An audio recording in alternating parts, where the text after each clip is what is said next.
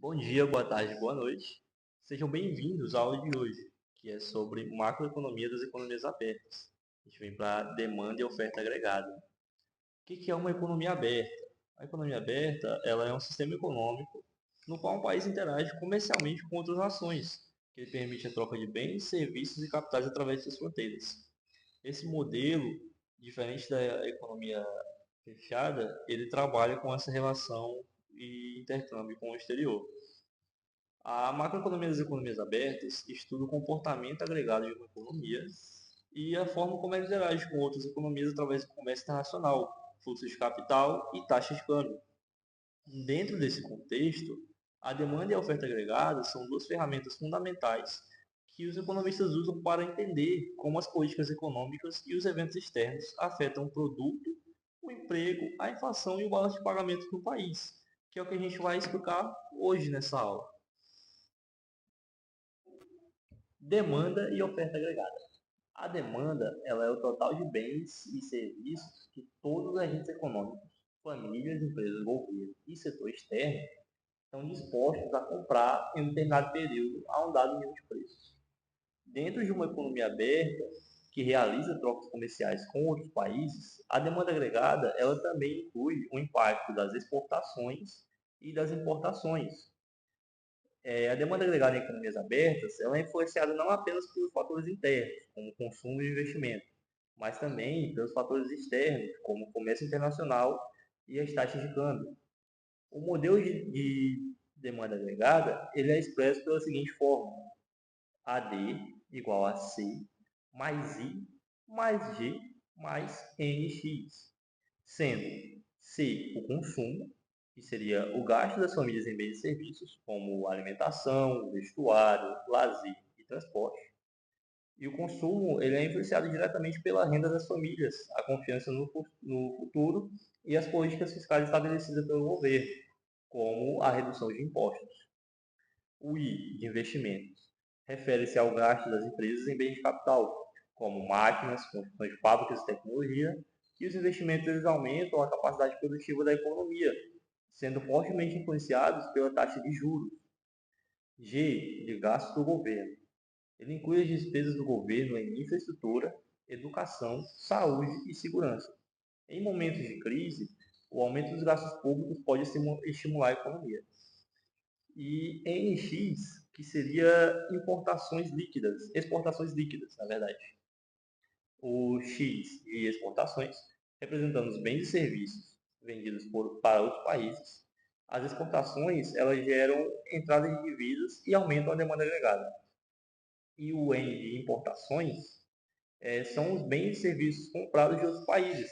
Como o dinheiro é gasto fora da economia, essas importações elas são subtraídas da demanda agregada. Quando o país exporta mais do que importa, esse saldo fica positivo e contribui para o aumento da demanda agregada. As importações têm um papel muito importante na demanda agregada, pois elas representam uma saída de recursos financeiros do país. Quando o país ele importa muitos bens e serviços, o dinheiro gasto vai para o exterior. Ele reduz a circulação interna de recursos e isso pode diminuir o crescimento econômico e afetar o emprego dentro do país. Apesar disso, as importações elas também podem ser benéficas, pois elas permitem o acesso a produtos que não são produzidos internamente ou que são mais baratos no exterior, aumentando o poder de compra dos seus consumidores. E se as importações superam as exportações, o país enfrenta um déficit na balança comercial, o que pode levar à desvalorização da sua moeda e a pressões inflacionárias, políticas monetárias e fiscais e as expectativas de ajuste econômico. Para gerenciar a demanda agregada, os governos e bancos centrais eles utilizam políticas fiscais e políticas monetárias. A política fiscal expansiva ela aumenta os gastos do governo ou reduz impostos para estimular a economia. Já a contracionista, ela reduz gastos públicos ou aumenta impostos para conter a inflação. A política monetária expansiva, o Banco Central reduz as taxas de juros para incentivar os créditos e investimentos, influenciando assim a demanda agregada. E na contracionista, ele aumenta as taxas de juros para controlar a inflação. Em economias abertas, Essas políticas elas podem ter um impacto muito grande devido ao câmbio e ao comércio internacional. Por exemplo, uma redução das taxas de juros ela pode desvalorizar a moeda, tornando as exportações mais competitivas e aumentando a demanda agregada. O cálculo dessa, no caso da demanda agregada, ele é feito como a fórmula já explicou. Você determina o valor do consumo, soma os investimentos realizados pelas empresas, adiciona os gastos do governo e calcula as exportações e subtrai as importações das exportações. No final, você soma todos os valores e obtém o total da demanda agregada. Olá, pessoal! Hoje vamos falar sobre um tema essencial para entender o crescimento econômico, a oferta agregada. Esse conceito é fundamental para compreender como a economia de um país evolui e quais os fatores influenciam para a sua capacidade produtiva. Vamos começar a falar o que é a oferta agregada. A oferta agregada representa o total de bens e serviços que uma economia é capaz de produzir em diferentes níveis de preço. Ela pode ser analisada em duas perspectivas: o curto prazo e o longo prazo. No curto prazo, influenciada por custos de produção, mão de obra, tributação e capacidade das empresas. Já no longo prazo, ela é determinada pelos fatores de produção, como capital, tecnologia e força de trabalho qualificada. Agora vamos falar o papel da produtividade e do capital humano. A produtividade é essencial para expandir a oferta agregada, pois reflete a eficiência na utilização dos recursos. Um fator-chave para isso é o capital humano, que inclui o conhecimento e habilidade dos trabalhadores. Investimento em educação e treinamento aumenta a qualidade da força de trabalho, permitindo maior inovação e eficiência. O impacto das políticas econômicas. As decisões do governo têm grande impacto na oferta agregada. Temos as políticas fiscais, as políticas monetárias e as estruturais. Nas políticas fiscais, a redução de impostos e aumento de investimentos públicos incentiva a produção. Nas monetárias, taxas de juros facilitam o acesso ao crédito, estimulando os investimentos em infraestrutura e tecnologia. Já nas estruturais, medidas como a desburocratização e incentivos à inovação aumentam a eficiência do mercado e a competitividade das empresas. Compreender a oferta agregada é fundamental para analisar o crescimento econômico de um país. Investimentos em produtividade, educação e infraestrutura são essenciais para garantir um desenvolvimento sustentável e competitivo. Outro contexto importante de falar são as taxas de câmbios e seus efeitos na economia. Mas o que é a taxa de câmbio? A taxa de câmbio representa o valor de uma moeda em relação à outra. Ela pode ser classificada em três regimes principais: o câmbio fixo, flutuante e o híbrido. No fixo, o valor da moeda é atrelado a outra referência, como o dólar. Proporciona estabilidade, mas existem grandes reservas internacionais. Já no flutuante, determinado pela oferta e demanda no mercado, possibilita ajustes econômicos automáticos, mas pode ser volátil.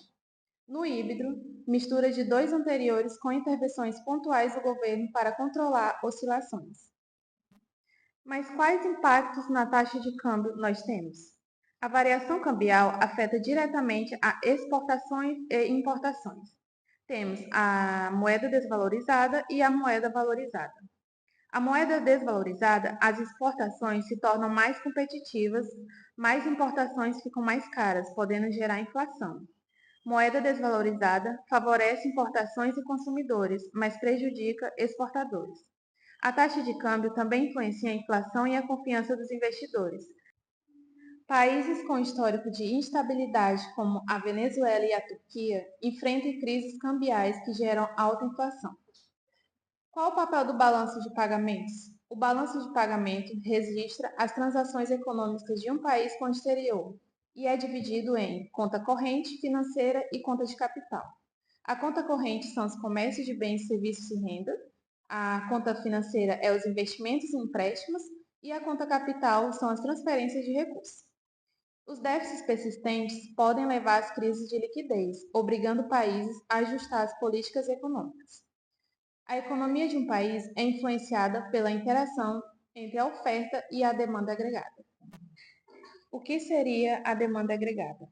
A demanda agregada aumenta com políticas expansionistas, como juros baixos e estímulos fiscais.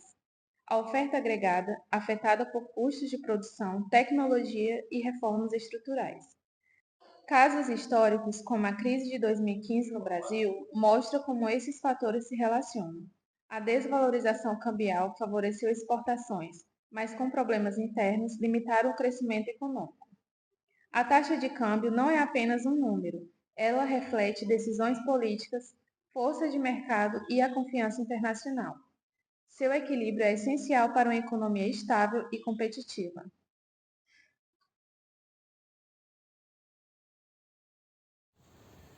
Impacto de crises internacionais sobre economias abertas.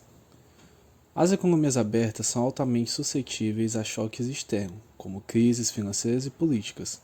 A interconexão entre mercados internacionais e as economias locais, através do mercado e dos fluxos de capitais, torna-se um canal de transmissão desses choques.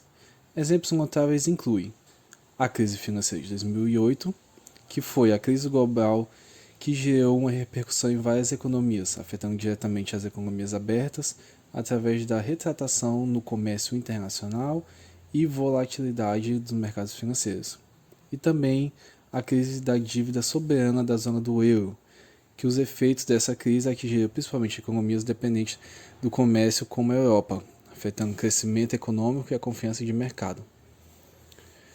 Teve também os principais efeitos da crise internacionais, que são o declínio do comércio internacional, que é a redução na demanda externa impacta diretamente as exportações. Países exportadores de bens e serviços enfrentam uma queda significativa nas receitas.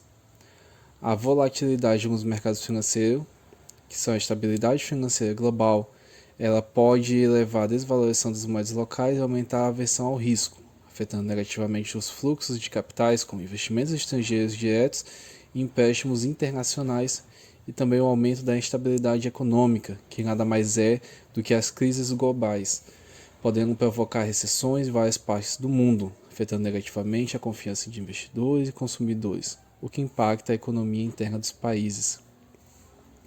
A volatilidade dos preços das commodities, especialmente em economias que dependem fortemente da exportação de bens como petróleo, metais e alimentos, podem causar efeitos profundos da economia local. Quando os preços dos commodities caem, os países exportadores enfrentam uma queda nas receitas, o que pode gerar déficits fiscais e desaceleração econômica. Por exemplo, uma queda nos preços do petróleo pode afetar diretamente as economias de países como o Brasil e a Rússia, que são grandes exportadores desses recursos. Mas o que acontece quando os preços das commodities sobem? O aumento nos preços pode estimular o crescimento econômico, trazendo mais receita e aumentando o poder de compra. No entanto, também podem se gerar pressões inflacionárias, o que pode desestabilizar a economia. Países dependentes dessas commodities enfrentam uma maior volatilidade e dependência dos fatores externos.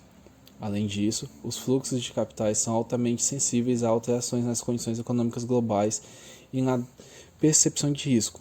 Mudanças das políticas econômicas globais e crises podem afetar a capacidade de um país de atrair investimentos, resultando em fluxos financeiros reduzidos.